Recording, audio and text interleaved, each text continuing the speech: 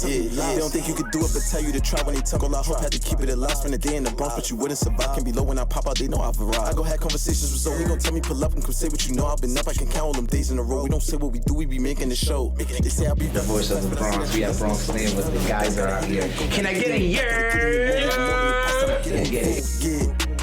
Leave them all right where they at. Try to diss me, I bet I don't even react. Put a show on, I bet you somebody gon' I pick me a book up and drink me some water, invest in the stock. All right, peace and love, world. Welcome to the episode of Conversation with Zoe. Today is one of those days, man. I'm super thankful to be here. But today, you know, we got a lot of big energy in the room. Feel me? We got the, what do you call the dance? The windmill? The windmill, you know what I mean? All that. I was Harlem shaking on the way here. You know what I'm saying? I was bad running, you know what I mean, on the way here. I'm loose right now. I'm ready, you know what I'm saying? But listen, we got Emilie Brooklyn, dancer, actor, model, mom, musician, entrepreneur, and she got the Emilie Brooklyn show. Hi. How you doing? I'm doing great. I'm doing good. A little hot, but good. I feel you. Yeah. I mean, thank you so much, you know, for considering Conversation with Zoe. It means a lot. You know, I know you got a lot of emotion, you know what I mean? But I thank you for your time and your presence. For sure. I'm happy to be here. Absolutely. Yeah. So I went through your social media and a few things. So I found a caption. Okay. I want us to tell you what this part of this caption means to you, right? Live your life and do what makes you happy. Nobody got life figured out. Right. What does that mean to you? That really means that, like, throughout life, I mean, we all go through trials and tribulations, and I think we have a tendency of thinking that there's an answer somewhere. A therapist is going to have an answer, or a parent is going to have an answer, and what I figured out as I obviously grew older is that nobody has the answer. There's no right or wrong way of doing anything. Right. You know, like everybody can only give you advice from their baggage. Right. Like nobody can give you advice on exactly your journey of what you're trying to do because they've never been in your shoes. They don't have your baggage. They don't know what you're coming from. Right. So they can only give you advice from their baggage. And 9 times out of 10, that baggage is people that, you know, maybe didn't accomplish what they wanted to accomplish, or they're trying to project onto you fear, and you probably can't accomplish it either. You know, like I just really realized that nobody has the answer, and it's really about just trying shit. Right. And sometimes it'll go great, and sometimes you'll take an L and then get back. Right. You know, but yeah, that's what that means. Right. I mean, a lot of my audience and my intentions are toward the youth. So I always want to give them game and some gems and see people who have accomplished a few things, but also let them know, like, we all figuring it out. Right. And it may seem like most of us have it a little more figured out than others, but still we're all on this journey to somewhere. Absolutely. You know what I'm saying? Whether that's purpose, passion, whatever it is. But I want kids to know, like, you don't have to have it figured out right after high school. You know, go try some things. Right. Maybe something will stick. But I also want to say the most successful people have multiple careers. Right. You know, they did more than one thing. So maybe you worked at a cash register for like 5 years, but now you're good with numbers. Right. You may run a business someday. Yeah. You know what I'm saying? But you got to know how to crunch numbers. So that experience may come full circle at some point. Yeah. But you got to keep going to see when. You know? Exactly. I can't tell you when. That's what you say. Yeah. No one has the answer. So I can't tell you when. Yeah. But I just hope you live to see that full circle moment. Yeah. Right? No, for sure. I agree. I definitely agree. I think, Right. Go ahead. So how are you? Honestly, I'm in a really good space right now. I'm happy. I'm healthy. I'm blessed. I'm doing what I love. I have a healthy son. Life is good. Right. I can't complain, to be honest. Right. Yeah. You were recently on Pix 11. Yeah. How was that experience? Really cool. Right. I think a lot of these experiences is like the little girl in Denmark across the world could only dream of being on morning TV in New York, you know? Wow. So a lot of the experiences feel surreal. And then when I'm there, it's like, wow, this is really happening. And these people really find me interesting enough to have me here. Like, it feels surreal. It was a huge blessing. It definitely put me in a different, in front of different eyes, Right. which I really appreciated. And yeah, it was just really cool being able to share my story and being able to share my music on there and have them learn a little dance move and Right. like, yeah, it was surreal, to be honest. Yeah. I mean, how was life growing up in Denmark? Life growing up in Denmark was pretty easygoing. I mean, in some ways. Denmark is a pretty chill, safe, calm country, not too much crime. I grew up in like a middle class area, not rich, not poor, but like went to public school. Grew up in a very diverse school. There was all ethnicities, all backgrounds, all cultures, which I really appreciated. Because I am from a country that's predominantly not very diverse. Right. So it was nice to grow up in a school that was diverse. Right. And yeah, I mean, I hated school. That's never changed. I just today got diagnosed with ADHD this morning. I kind of always knew I had it, but to get like the clinical diagnosis, it kind of made some stuff click in my head of like, oh, okay, that's why I couldn't sit still in class, or that's why I rather wanted to go to a dance class than do my homework, or but I found dance really early. I started dancing at 4 years old. So it was like, that's really my whole youth. I would go to school and then I would go straight to dance class from 3 to 9 every single day, my whole youth. So I don't want to say I didn't have a lot of friends. I had friends, but I was just the girl that never made it to the birthdays or never made it to, because I was just always dancing, always dancing, always dancing.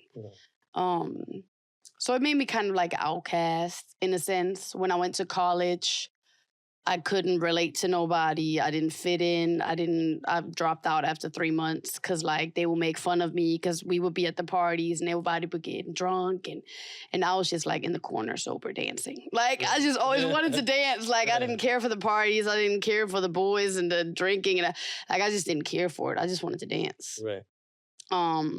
So dance was a big part of my youth. Right. Yeah. Can your parents dance? Absolutely not. Right. Nobody in my family knows where it comes from. Right. Like everybody, they're all trying to claim it. Like, oh, it's coming from me, but nobody can dance. Right.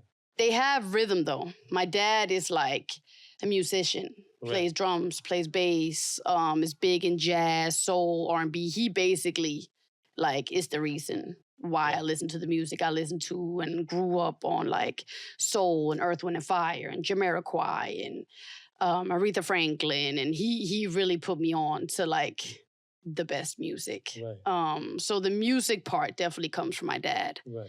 And then my brother was a big hip hop head, was a big graffiti painter. So he would put me on to like Wu-Tang and Slum Village and Nas, and so he put me on to like the more hip hop side. Right. So my brother and my dad is like the reason why I do that, I think. Right. And then my mom is a hairdresser. She's had her own shop my whole life. So I was working in her shop my whole youth as well. Right. So that's where I have all the like the hair and the makeup and that side from. It's from her. Right. So that's how they kind of shaped me. But rhythm, no. No. I think I saw that. I think you did your hair for the first time with someone else. Yes. Okay, oh my God. Cool. No, my mom, like, we still to this day talk about it. She's not a fan. Right. Nobody ever did my hair. And except for her. And I'm scared. Like, I was scared the girl that did my hair now, she hit me up. She was like, hey, I would love to do your hair. And I was like, I kind of got to ask my mom for permission, which is crazy because I'm grown and she lives across the pond, so she can't even do my hair. Right. But we've made it work because she comes to visit me like every 3 months. So she'll bring all the colors. She'll do my hair. So like every 3 months, I'll get my hair done by my mom. Right. She's not a fan of me getting my hair done somewhere else. Right. But I get it. It would be like if she called me and be like, hey, I'm about to go take a dance class with somebody else. Like, it's like when you're so passionate about something, Right. it's hard to see like people around you choose somebody else, I guess. I think what I love about your story is that people that you grew up around were being themselves and they embraced you being yourself. I think many times in many societies, we kind of push our expectations on our children. Yeah. And I mean, I really want my son to play baseball, you know? He's in it right now. Okay, cool. He asked me to play. Right. So I'm just going with the flow. Yeah. But you know, I'm a big dreamer. Yeah. You know, and I played at the professional level. So like, if the day comes where he's like, yo, I'm in, I'm like, oh man. What if the day comes when he's like, I want to be an accountant? I know Emilie now, so, so there you go, man. Imagine. Yeah. I mean, but that's what I want though. Yeah. I have the resources to help him do whatever he wants. Yeah. Whether it's construction, I was in that industry, podcasting, dance, basketball. His uncle played in the pros. So it's like, wherever he want to do, I want to support him to do that. And I feel like that's my job to do that for him. I agree. I feel the same with my son. Because everybody is obviously, because both me and his dad are dancers. So everybody's like, oh, he's going to be a dancer, he's going to be a dancer. And obviously he loves dancing. He grew up, he's growing up with it. Like I was judging battles with him in my lap at 6 months, you know, like he's a part of it. But I mean, who knows? Maybe because we both are doing it, he want to do something completely different. Right. I support whatever he want to do. Right. I'm a fan of like, because my parents was like that. My parents let me skip homework to go dance. My parents let me, like, even to this day, when I call them and I have bad days, and I'm like, I want to give up, like, I'm over it, I want to move back home, it's too hard. They're the first people that's like, you didn't come this far just to come this far. Like, keep pushing. Like, my parents are literally my biggest supporters. Right. And I think I appreciated it before, but I appreciated it way more when I became a mom myself. Right. And I was like, wow, this is actually rare. Like, it's not very common that you have two parents that are just like, we're here. Like, whatever it is. You know what I mean? Like, you move to New York, we'll come visit you. Like, you know, like, so yeah, I'm very appreciative of that. The support means everything for sure. How's Max doing? Max is great, man. He living life. He getting to the bag now. Like, no, like, it's crazy. He's just such a character. Like, just such a great, like, he's a light. Like, he's 3 years old, but he's so aware. He knows everything. He'll know exactly how I'm feeling. He knows how everybody else is feeling. Like, everybody that meets him is like, yo, like, that's the golden child right there. Like, he's going to do something big. And I know, like, me saying that as a mom is like, you have to say that about your own kid. But I really, truly believe that I got one for you with he's that blessed. One. I got one. And it taught me something. Okay. I'm walking the other day. Uh-huh. And it was a white family. Uh-huh. And the kid, they opened the door and he jumped out. Now, it was a pretty far jump. Yeah. But for me, it wasn't that big of a deal. Right. But the mom was like, amazing. And that was like, way to go, Cooper. You know? And where I thought, not that serious. Right. But then it was like, that's why they go far. Yeah. It's that support. It's that support. Yeah. They're encouraging. Yeah. No matter what. Yeah, yeah. You know what I mean? And maybe in my adult mind, it wasn't a big deal. Right. But they're thinking of however old he was. Yeah. That he did something awesome. Yeah. And they acknowledged it. Yeah. I want to be like that. Yeah, I'm big on that too. Right. Like, even like just yesterday, I'm teaching him now, like, okay, put it back in the fridge after, like, I'm trying to teach. He always helps me clean. He helps me do the dishes. He always want to help me with everything. Groceries, he opens doors for me. Like, he's always like, so yesterday he like put something into the fridge. Like, that's not a big deal. But just the fact that, like, to me, it's like amazing. I created a human that I can tell go over and open the fridge and get a bottle of water and you know how to put it back. It's such a small thing, but I'm always like, great job, Max. Like, thank you so much for helping me. Like, because it's the small things, and he feels so proud when he does it. Like, thank you, mommy. Like, okay. Yeah. And it encourages him to want to do it again. But I'm also like a fan of like, I do that, but like my mom is like, so bad with that to the point where I'm like, Mom, like I'll tell her like I'm about to do my laundry. Good job, babe. I'm like, Mom, I'm so grown. Like, like doing laundry is not something you have to applaud. But it's like my mom is so like, great job. Yeah, like you're working so hard. Like, great jobs. Like, so I have that from my mom for sure. She overdoes it. But I think that's a good thing. Like to acknowledge when your kid is doing something, even if it's not spectacular, but it's like, a lot of people don't. Some kids can't jump at all. You know what I mean? Like, it's just about being grateful for every single little moment that happens. Yeah. And I think the most important thing for us to realize is that it meant something to them. Right. I think that's the part where people get disappointed and they get discouraged because it meant something to me. Right. And I just wanted you to acknowledge that. Right. You know what I mean? So that validation from your parents does matter. For sure. I know a lot of people, as you get older, you find ways to like circumvent against it and you find your people. But there's nothing more beautiful than knowing that you're validated and accepted by, you know, the people that brought you into this world. It's the most important thing. Because if you can go out to the world with that in your baggage, you are so much more set. Right. If you go out to the world with, you know, fearing your parents or haven't been able to tell your parents anything because you're scared how they're going to answer, or if you go out to the world with that fear in you, it's a whole different mindset. Right. Or if you go out with that, like, I can do anything, you know? Yeah. Absolutely. So I see you have a dance class for kids. I do. How's that going? It's going.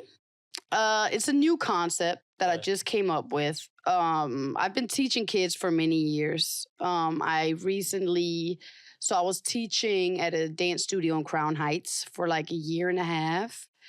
And I felt like it was my time to move on from that studio. So I wanted to start my own dance classes. And I wanted it to be like fun and, you know, in a park on a Sunday with your kids. But I think because it's the summertime, people are traveling. Right. It's little toddlers, so they'll be tired or they'll be sick, or, you know, kids are unpredictable. Right. So it's been a little bit like up and down. Some week there's been many kids, some week there's been no kids. Like it's been up and down. But I'm working towards like I really want to start. Should I say it? Yeah, I'll say it.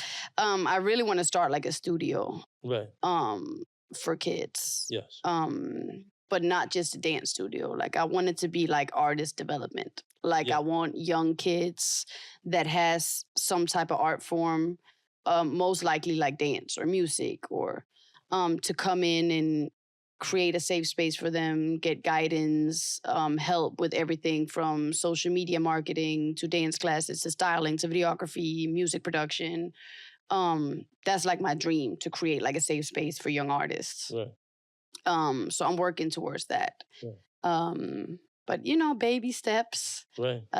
So for right now, I just really love connecting with like all the kids, like even in Max's school, like, you know, like just, I love kids and I love dancing with kids. And because they're so free-spirited, they don't care. Right. Like you teach a dance class with grown-ups, they're worried about how they look and, and now I want to film it. And what if I don't look good? And what if I look stupid? And kids don't care. They'll look stupid. Right. And that's the only way to learn. You can't learn if you're constantly worried about your hair, or like you have to just let go and just look stupid for a little bit. Right. And then you'll stop looking stupid eventually at one point. But yeah. What was your first dance move? My first dance move? Yeah.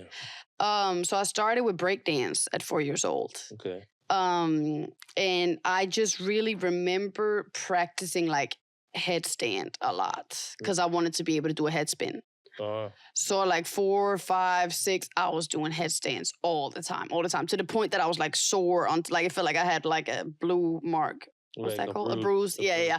On top of my head because my mom had to like sew like a little pillow that I was using. So I believe like the headstand. Right. I was doing that for a long time. I was doing like 6-step, baby freeze, like all the breakdancing is really how I started.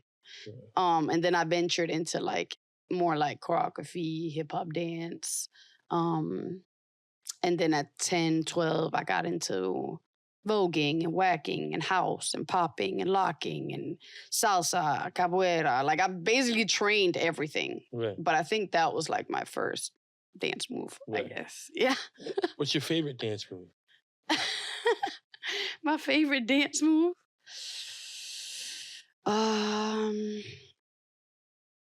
To do or to watch? Both. What? To do? Let's start to do. Okay. I think the Harlem Shake. Right. I don't know. I just feel free.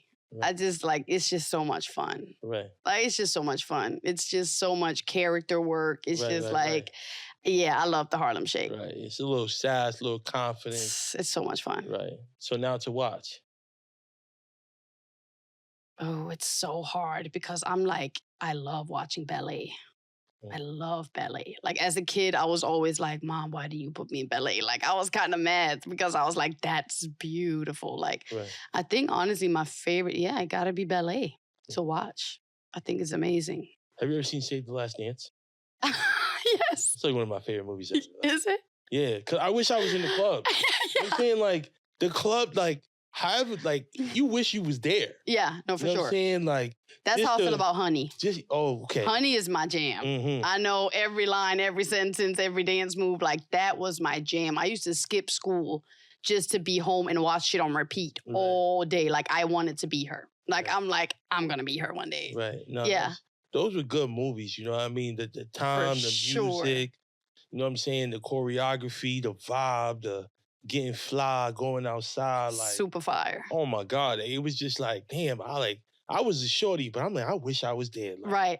Like if I could go back and be at least 19 in that club. Yeah. Oh man, it would have been crazy. The music. The vibe was crazy. Put your back into it. Yeah, no, the vibe was crazy. Oh man, what a vibe. It can't be replicated. No, it can't. They try so hard to do these dance movies now, but it's just not the same because it's a whole different market now with the social media and you just can't replicate like these scenes of people in the club just dancing. No phones, no just straight vibes. Cannot be replicated. Yeah, the phones and the hookah messed up everything. Not the hookah. It messed up everything. Man. No. Yeah, I think phones, man, and parties. I think phones should be banned in parties. Yeah, it should, man. Like it really should. Especially in dance parties and leave them at the door. Right. You'll get it at the coat check. Yeah, I would say high school, I wish those are the best parties. Yeah. Cause I was in high school in 2006 and 90s, mid-90s reggae is not that old. Yeah. Right? And then you got the 2000s wave, right? If you think of Usher, and they were making more up-tempo music, and then Pitbull, and then Sean Paul. Mm-hmm. It was just a great era. Flow Rider. Flow Rider. So yeah. It's not saying the music is too aggressive today, but that was grab a girl and dance music. That's what you wanted to do. Dance music, yes. You know? That's what I want to make. Right. That's the type of music I want to make. Right. I'm tired of the aggressive stuff. Let's have fun. Right. You know what I mean? I feel like we get so serious with music. Right. It has to be either super tough or super artsy or super where it's just the fun. Right. I miss those artists. Right. Kids need to, I feel like, not that you should, every kid needs to be able to dance, but dancing is so fun. Yeah. And it's such a good time. And it's you relieve so much stress, you know what I mean? And you just get to unwind and wiggle a little bit, you know? Yeah. That's why when I was a teacher, we used to have wiggle breaks. And that's used to I love that. You throw some music on and they go crazy. Oh my God, I love that. Yeah, it's been scientifically proved that dancing makes you live longer. Yeah. Because it releases endorphins. All sports release endorphins. Right. But there's just something about listening to music and just letting loose, not doing a certain choreography, but just dancing freely. Right. The drugs that you produce in your brain while you do that, that's like, it literally makes you live longer. Right. And that's why we feel the way we feel when we dance. It's like, it's a whole different feeling. Right. Can't really be compared to anything, really. Right. Yeah. What does a hot girl summer mean to you? This right here. Hot girl summer. I guess just people getting crazy, partying. To me, my hot girl summer is drinking a lot of water, waking up early, going to the gym, getting your business done, taking care of your kids, keeping a nice house, smelling good, hygiene. That's a hot girl summer to me. Right. Like just being on your thing. Right. You know, just doing what you got to do. Like partying is fun. Right. I party occasionally, but it gets tiring after a while. Yeah. Like I'm kind of over the party thing. Right. It's fun sometimes, but like I'd much rather spend a Friday night doing this than being at a party. Awesome. You know? Like, so that's a hot girl summer to me. Right. How often do you practice? Dancing? Yeah. To be honest, I don't really practice anymore. Right. I take classes every now and again for fun, but I'd rather teach the classes now. Right. I feel like my practice is when I teach.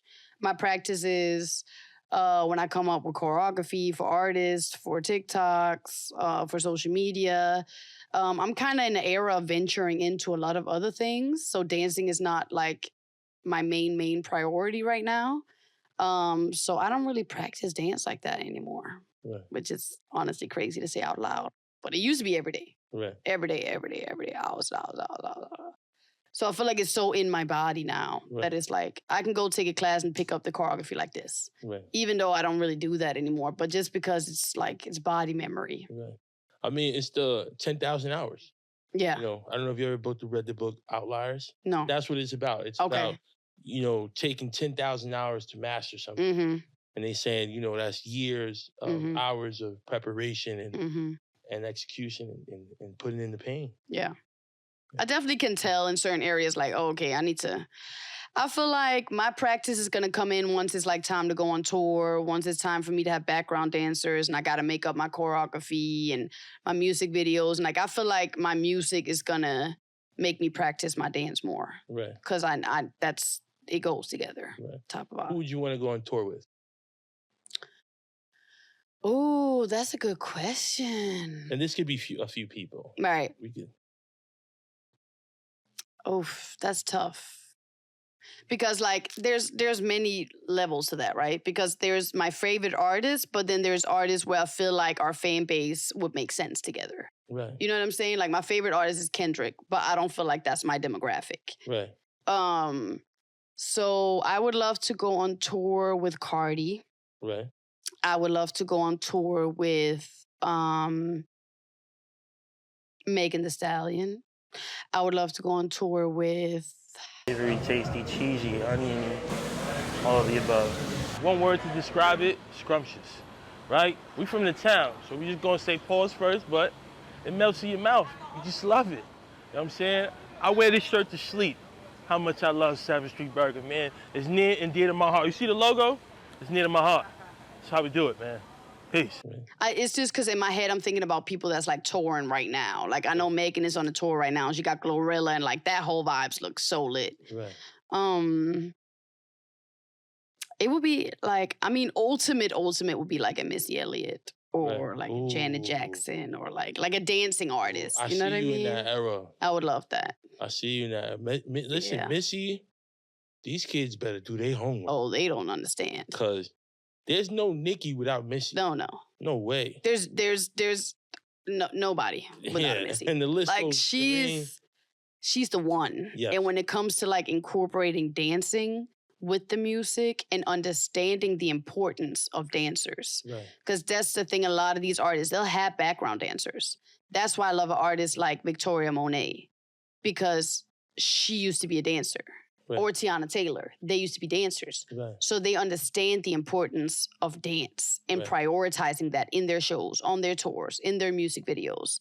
And it's a game changer when you have dancing involved because it elevates the music because you can actually see the music with your eyes.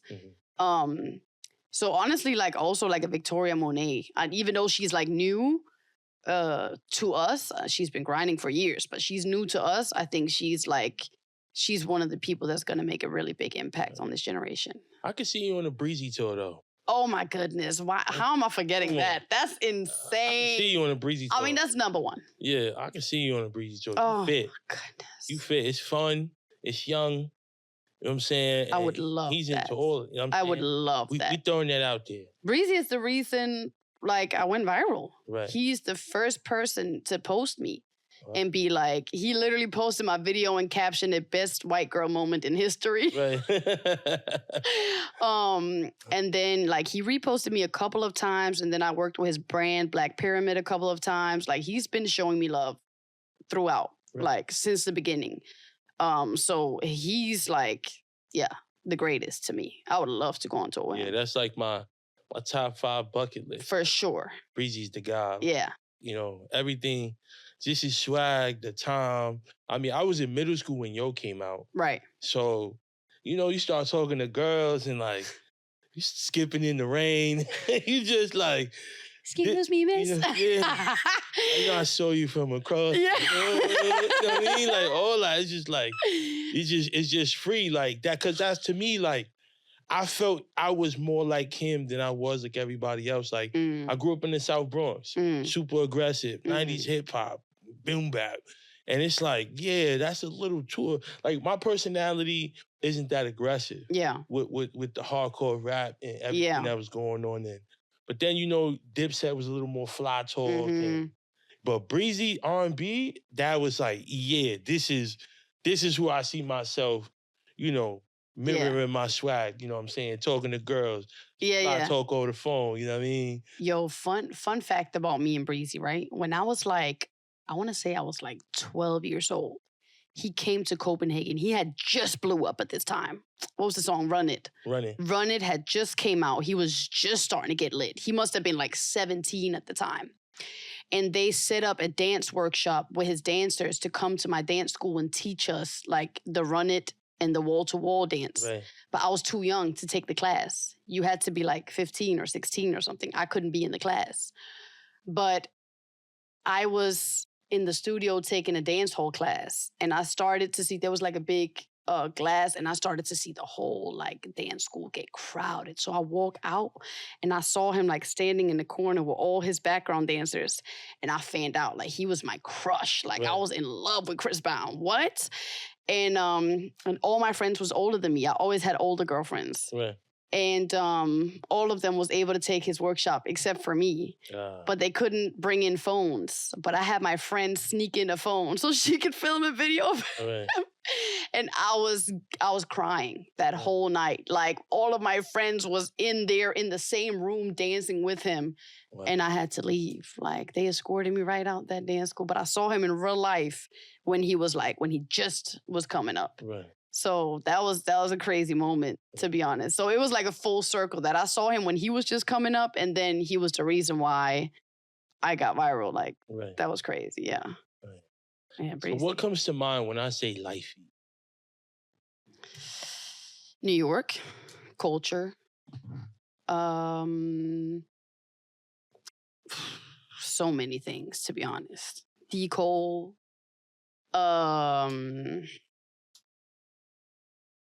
yeah.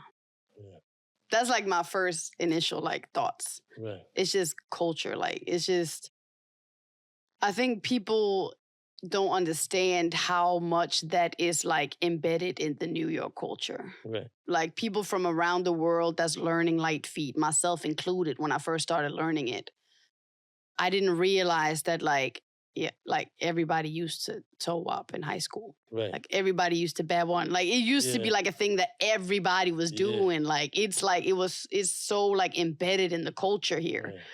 Right. So I think a lot of people from Europe, like they didn't understand why I was getting so much hate for doing it. But I think like now, and I didn't understand at first either, but looking back at it now is because it's such a New York thing.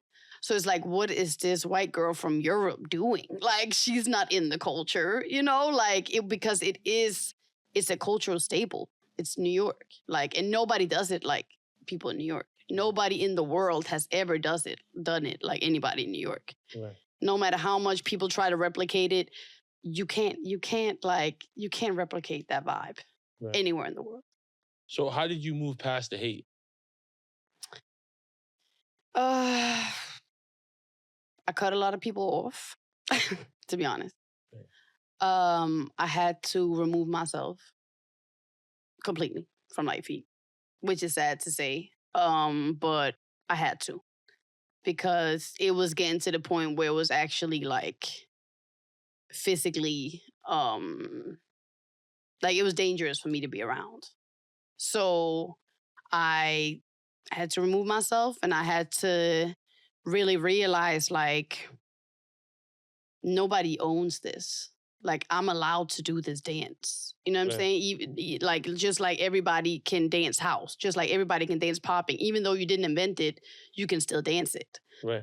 But I felt like for the longest that I owed people something because I'm not from here and because I was doing it. And so because I felt like I owed people something, I tried to bring people in and put people on and put money in people's pockets. And when I was getting booked in Paris, I would bring somebody with me. And, you know, like I was bringing everybody in on my blessings. And I had to sit back and realize like some of these blessings are just for you.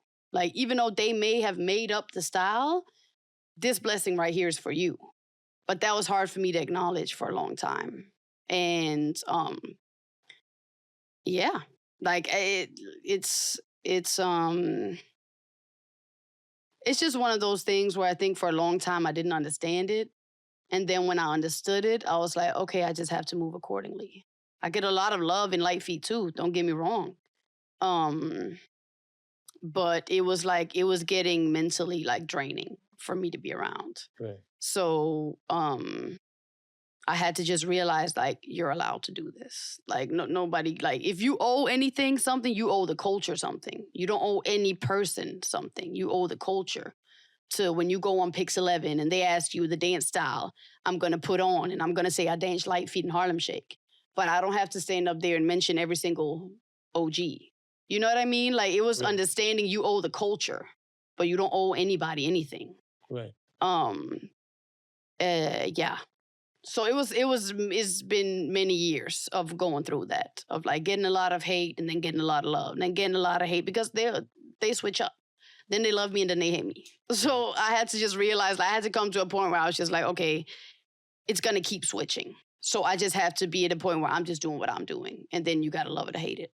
Right. And that really separated the sheep from the goats. I started to see like, okay, the people that hate are the people that are not successful in this. Because the people that are successful in this, they've been cool with me from day one. Right. You know what I mean? Like I can mention a lot of people in Litefeet that are the most successful people and they've shown me love from day one.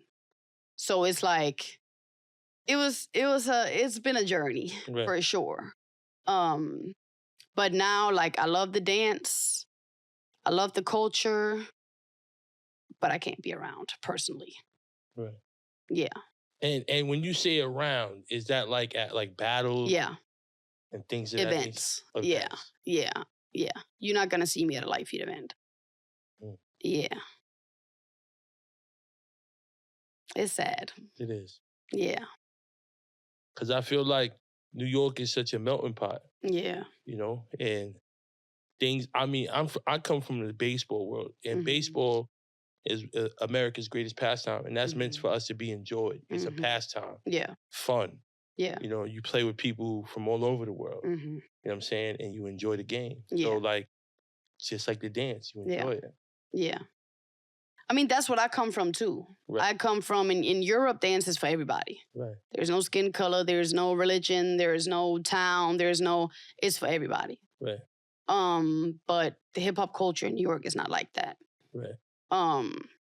And like I said, for a long time, I didn't understand it. But once I kind of understood it, I was like, okay, cool. I just need to know what's my role in this. Right. And maybe my role is not to be at these events. Maybe my role is to put on in different ways. You know what I mean? Go to Pix 11 and talk about it, or still, do Harlem Shake videos and Litefeet videos and spread the word on social media. Or maybe my role in this is just different. Right. Yeah, that's really like. I mean, I got a little deep. I've never really talked about like that. Like I always keep that to myself. Your eyes are a little watery. I keep that to myself usually because I don't like to. I don't know. It's just been crazy. It's been so crazy. Like I've been jumped. I've been, you know what I mean? Like over this dancing. So it's like you get to a point where it's like, is that really worth it? I have a kid now. You know what I mean? Like my safety, that's what I care about. Right. I care about being safe. I care about making it home safe. I care about being a good role model. And so like if that's me not being around certain events or certain people, then that's what I'm gonna have to do. Right. Yeah.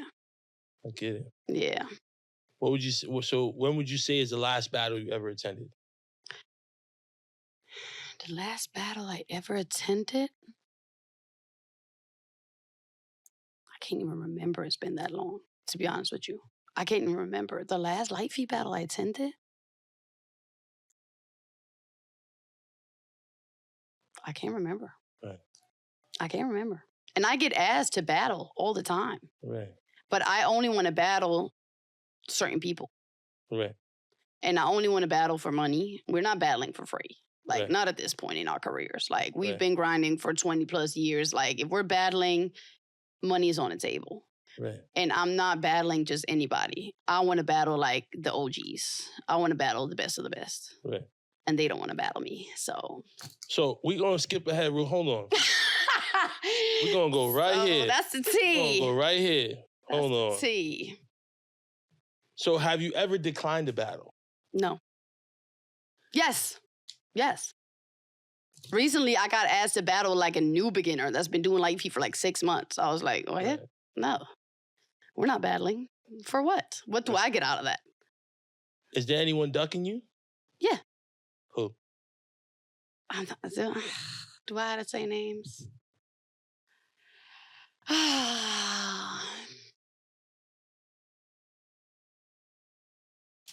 I mean, they've been trying to set up me versus Hype Girl for years. Right. And I've said yes every single time. Hype Girl, that's my childhood friend. There you go. Right. Even when there's money on the table, it's getting declined. Right. But I'm hearing that she just don't battle, period. Right. Which I get because I don't battle either. Right. I don't battle either. For what? Like that's the thing that's the point I am right now. It's like, what are we battling for? Right. I don't need to prove myself to anybody. Right. Like that's the point. I've battled from I was 12 till I was 25. I've been battling my whole life in whacking, in voking, in hip hop, in house, in popping, in Litefeet, I damn near battled in every style all over the world. Right. So at this point, it's like, what are we battling for? That's why I'm saying if I were to battle now, it had to be because it's like a legendary status. Right. It had to be like the people want it, the money is on the table. Fuck it, let's do it. Right. Is that type of vibe. So seeing how she's the queen of Litefeet, how's your relationship with her? We don't talk. And I mean, but why? Gotta ask her. Man, we're gonna make peace. I don't care. Right. Honestly. Like, this is my thing, right? I'm cool with anybody. So if we're not cool, it's because you're not cool with me. Right. That's the reality. Right. I came into this blue eyes, happy, open, yay, let's all dance together. And then everybody was like, fuck you, you can't do Litefeet, get out of here, you're not it. So it's like, how much disrespect am I gonna take? Right. And then still sit there and be like, but let's dance together. Like at a certain point, I'm gonna be like, all right, bet. You don't want to work, you don't want to be cool. We don't gotta work, we don't gotta be cool. Right. And again, it's no beef. I don't have beef with anybody. If they have beef with me, they have beef with me. I don't have beef with anybody because for what? What are we beefing over? Dancing? Right. Litefeet? Like, it's pointless to me. Right. So I care about let's get money. Let's like for me, it's like let's get all the Litefeet girls together and create a show. Let's go on tour and show the world what Litefeet is about. Like, that's my type of vibe. Right. But if people want to sit here and beef over like petty stuff, then they can beef with themselves. Right. For real.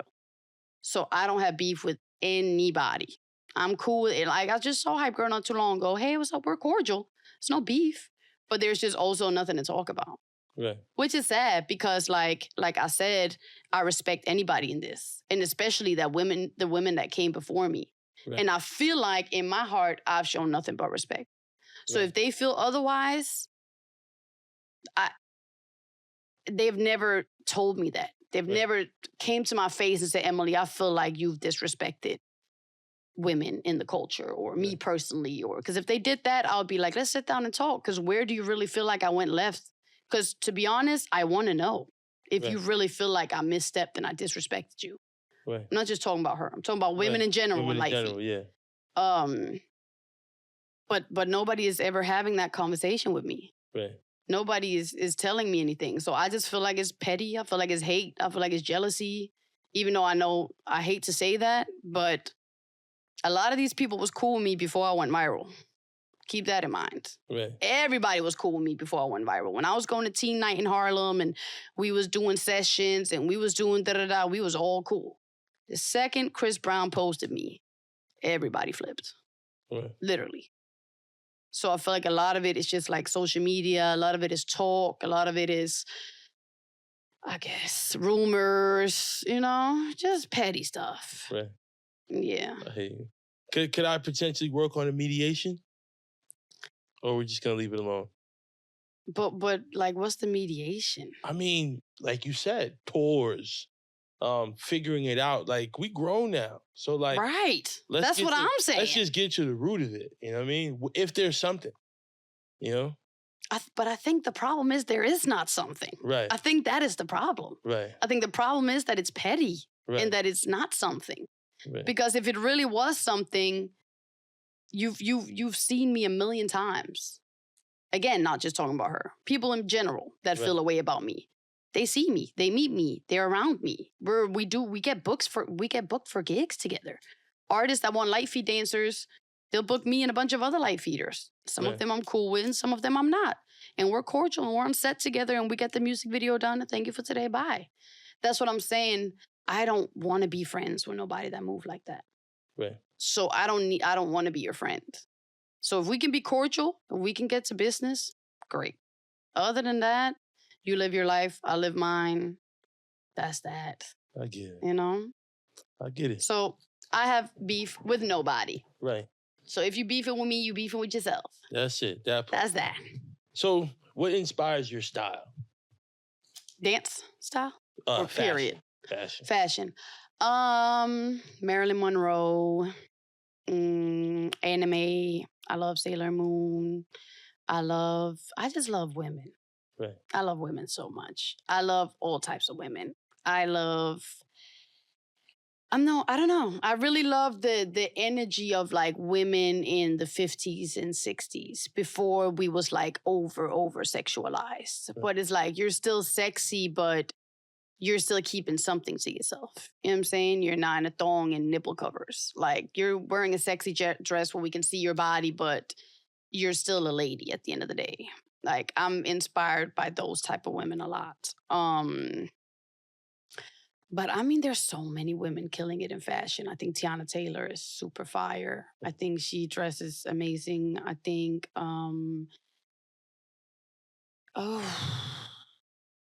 who was the stylist I was just thinking about? There's a lot of fire stylists right now that's really killing the game. But yeah, women, to be honest.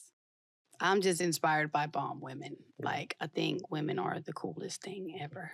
So what's a good fit? What's a good fit? This right here? Right. No, I'm kidding. What's a good fit? I mean, I was a tomboy my whole life. A lot of joggers, because I was always dancing. Right. So I like a baggy fit. I like a clean cargo graphic tee, details, good jewelry, like a nice face, makeup here. Like, I'm really into details more so than I'm into like, I'm not into brands. I'm not into like, I don't care. This is rainbows. Like, I don't care. Right. As long as it looks fire and you know how to present it, then like, that's all I care about. Right. So, that's why I think it was so cool when Cardi came out. It was like, this is Fashion Nova, but whatever, I'm rocking it. Like, because there was so much, oh, you got to wear designer and da-da-da. And I like that we're in this era right now of like vintage and recycling clothes and just making it look cool. I tell all the kids at school, like, you can't dress. Like, can you dress? Like, can you put it together? Like, you know what I'm saying? Like, I say this all the time. The names are the names. Right. Can you put it together? That's all it's about. What's your twist? What's your spin? Right. You know what I mean? You could be wearing Gucci head to toe and still look corny. Like, Kind of corny. Yeah, like it's not necessarily cool. I think it's actually cooler to not wear designer, to be honest. I think that's cooler. I think it's cooler you find something for $5 in the vintage store, but you cut something, you cut a sleeve off, or you put another shirt over it and you layered it and you made it cool. Like, but I'm not gonna lie, style and like you talking to kids about like it's such a New York thing. Yeah. It's such a New York thing. Yeah. Like people take style here deaf serious. It's very serious. It's dead serious. Very serious. People out here will literally be covered top to bottom in Rick Owens and not have a place to live. Right. That's how serious it is. Mm-hmm. It's real out here. Yeah, man. You know. And that's crazy. Yeah, that's why, you know, you gotta be 35, live with your mother, you can be fly. That's crazy. Yeah. That's like the standard. Like I know, but that is insane. Yeah, fresh to death. You know? For sure. Fresh to your demise. Like I'm look at you and I'm thinking, wow, like you're that guy. Right. But you're one like paycheck away from homelessness. Right. Like it's like that. Right. Like people don't care what they got going on as long as they look fly. Right. And that still doesn't sit quite well with me. I'm gonna be honest. It's crazy because most people don't care. Like I know. Like you think people care. Right. But you could show up, right? You know, Burberry down, be like, damn, bro, he's still a terrible father. You know what I mean? That's what I'm saying. Like, people gonna That's what I'm trying to say. But you can't run from the truth. No. Especially if you ain't. I don't care how fly you are. If you're a bad person, right. I swear to God. Right. Like, I really don't care. You can have all the fly. Like, some of the flyest motherfuckers I ever met was the most terrible people I've ever met. Yeah. And that's when, like, it came to my realization, like, I really don't care how fly you are. Because if you're a shitty person, I just don't like that. Yeah. It's crazy. What's the most uncomfortable sneaker to dance in? Sneaker? Yeah. I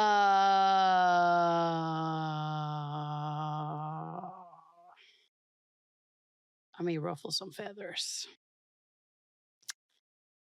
I feel like a Nike Cortez is uncomfortable to dance in. Okay. A Nike Cortez or a Vans. Vans is a bad sneaker to dance in too. Right. Like the best, like the ultimate dance sneaker is like the Puma Suede or the Adidas Superstar or an Air Force One. That's my favorite sneaker to dance in, the Air Force One. Right. It goes with everything. It looks good. It's comfortable. You could do all the shoe tricks and stuff or like foot stuff because it's like it has a solid sole. But yeah, like a Converse or like a Vans or anything that's too flowy. Right. It's a bad shoe. It has to have a little substance. A little give to it. Yeah, especially when you're doing footwork and stuff. Right. Yeah. Yeah. That's a funny question. No, for sure. I like that. You know, so, I mean, is there ever a sneaker that you have on that you won't dance in? No. No. Yeah. No. To be honest. Yeah. I'd probably dance in anything. I buy sneakers and be like, I'm not dancing in these. Right. And then give it 3 days and I'm dancing in them. Right.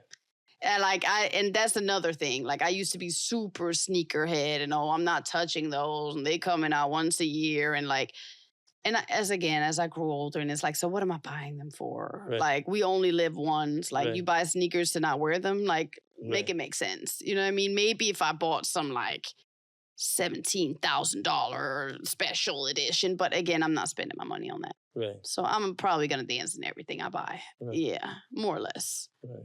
Yeah. All right, so this is dancing wise. Okay. Breezy or Usher? Breezy. Ciara or Beyoncé? Ciara. Kidwiz or Lucky Banks? Oh. Those are both my guys. I love both of them. Shout out Kidwiz and Lucky. Do I have to pick one? You don't. Okay, yeah, I'm gonna let that one You slide. send flowers to both. Yeah, I'm sending flowers. Yeah. I'm sending flowers. All right. Duck sauce or Cry Baby Cozie?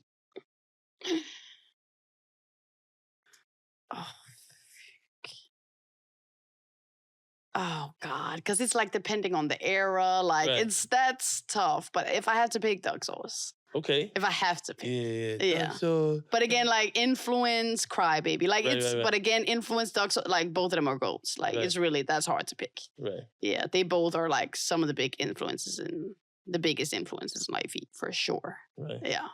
Right. So I'm gonna make the whole world remember me. I'm gonna keep it PG. All I want is peace and prosperity. I'm gonna keep it P. P. All I want is peace and prosperity. All right, you know, like pushing yeah, P. Yeah. Got you. Yeah. Hollaback Freestyle. Yeah. You know what I'm saying? I like Let's that. get right into there. it. Let's get into it. Yeah. Yeah, man. That's my latest single. I dropped like a month ago. And I'm just having fun. Like I really want to do music full time.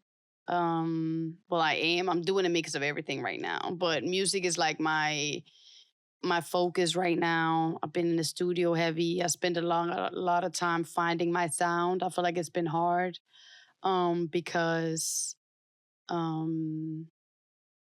yeah, just like, I don't know. I don't know if it's my ADHD. Like, I just be so all over the place. Like, then I want to do this, and then I want to do this, and then I want to do like, so I've like made rap records, and I made singy records, and I've made like, I spent many years just playing around with sounds and like, how do I want to sound? And what do I think is fun? And what do I want to listen to personally? And stuff like that. So right now, I'm just in an era of like really finding myself musically and like having fun and connecting with my supporters through my music. For the Hollaback video, I had like a scene in Times Square where I had a lot of supporters show up and be in the music video. And I really want to like, connect with my audience through music and dance to my own music. Right. Yeah. Fire. Yeah. Are people really obsessed with you? Yes. Right.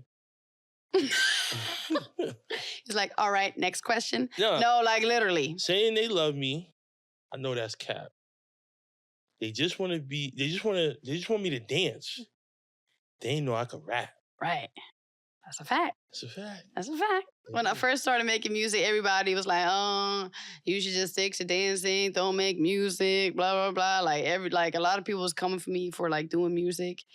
And yeah, again, it's one of those like you can't tell me what is right or what's wrong, what I can or cannot do, or just because everybody else is doing it, well, they're not me and they're not doing it the way I'm doing it. And I've always been a big music head. I've always been writing lyrics. I've always been making melodies in my head. I've always been like always. Right. But I think I was just kind of like scared to take the leap because I was scared of what people was gonna think because they put me in such a box of being a dancer. Right. So it took me a long time to be like, okay, I can actually really do this and I'm having fun with it. And yeah, I love it. Like I get the feeling now when I make music that I used to get when I was dancing. Right. The butterflies. Like when I go to the studio now, like it's exciting. It's like, oh, like I can't wait.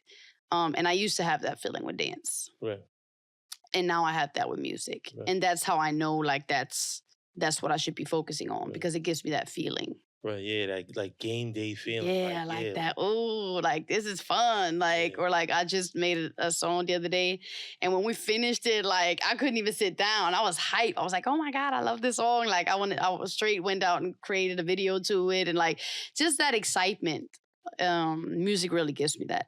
Yeah. So I just love doing it. Yeah. Right. Yeah. If you could have dinner with 3 people, who would it be? Dead or alive? Yep, dead or alive.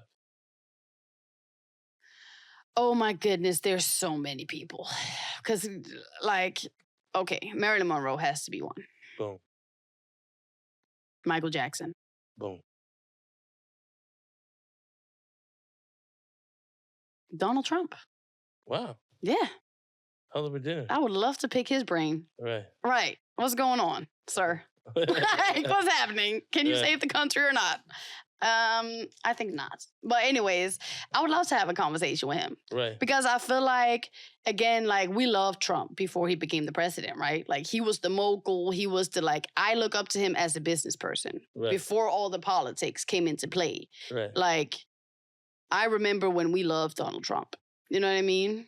And I think he's he's one of the most greatest businessmen of our time. Right. So I just want to pick your brain when it comes to business. Right. Like, how did you do this? How did you how do you invest your money? Like, I don't know. I'm really on a business tip right now. I really want to pick brains of business people. Right. And just hear how did you build yourself up? And yeah. So I guess those three people would be interesting to have a little conversation with.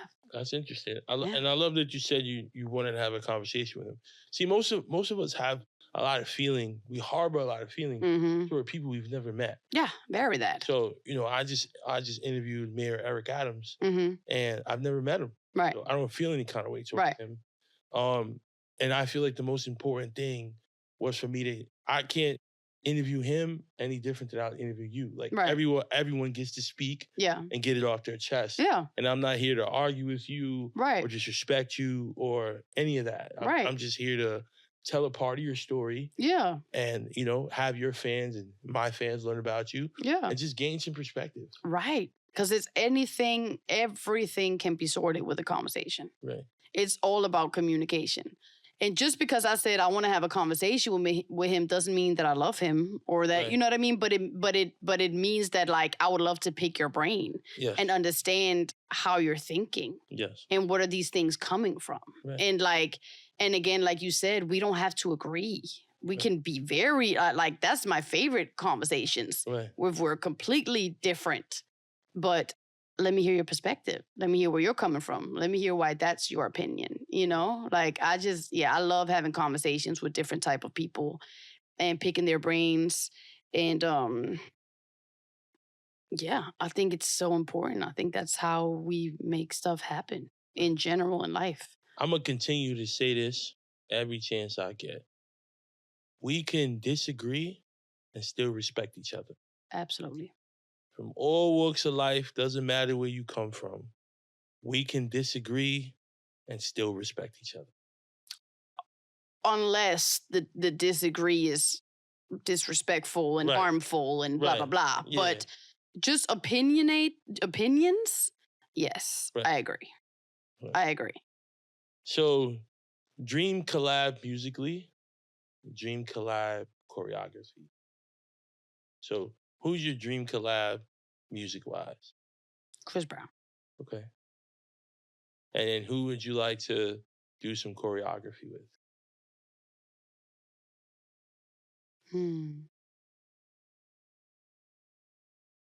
Sean Bankhead. Choreographer Sean Bankhead. He choreographs for everybody. Right.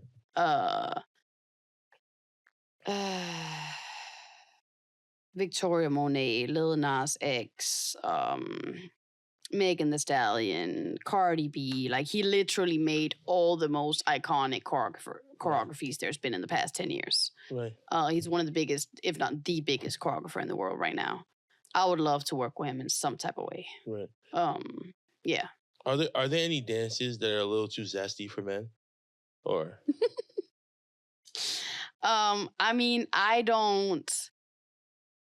I think any gender can do anything. Right. I'm not big on I'm not big on okay, let me be careful what I say now. I think people can do anything. If we're talking about a man I would date personally, I don't want a man that dances, period. Right. I don't like men that dance. Right. But yeah, I think if my man starts to Vogue or something, I'll probably be turn it down. Right. Again, do it, please live your life. But just I'm not not personally me, no. Right. Like, yeah. I get it. Yeah. But then again, like, I feel like for a long time, we felt like all men that did ballet was like gay or feminine or whatever. But like when I went to a ballet training camp and I saw those men and I saw the strength that it took and how freaking strong and amazing they are, I was like, this may be the most masculine dance I've ever seen. Right. Even though it's so elegant and it's so feminine or gay or whatever some people will call it. Like, I think, yeah, I don't know. It's no, Right. I don't think so. I think anybody can do any style of dance. Right. But yeah, if we're talking about like me being associated, Right. yeah, Yeah. I'm gonna just sit down. Right. I'll do the dancing. You Right. sit down. Yeah. Last 2 questions. Okay. Message to your younger self. You'll be okay. You'll get through this. Like every trial or tribulation, like you'll get through it. Right. And everything is gonna make sense. Like even like the bad eras and all the downs, like where I thought like I never will come back from this, or like you are gonna get through everything. And there's a reason why you went through all of that. Everything was a lesson that you take with you. And you'll be fine. Yeah. Yeah. Right.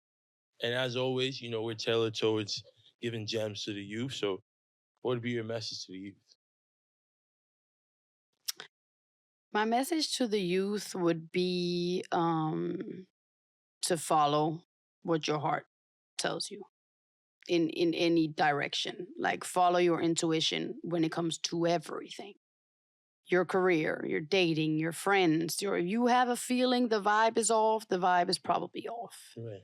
You know what I mean? Like we force ourselves that, I have to do this, or everybody else is doing it, so I got to do it too. Or you don't have to fit in. Like it's okay. Right. Like you can be that weird kid in class.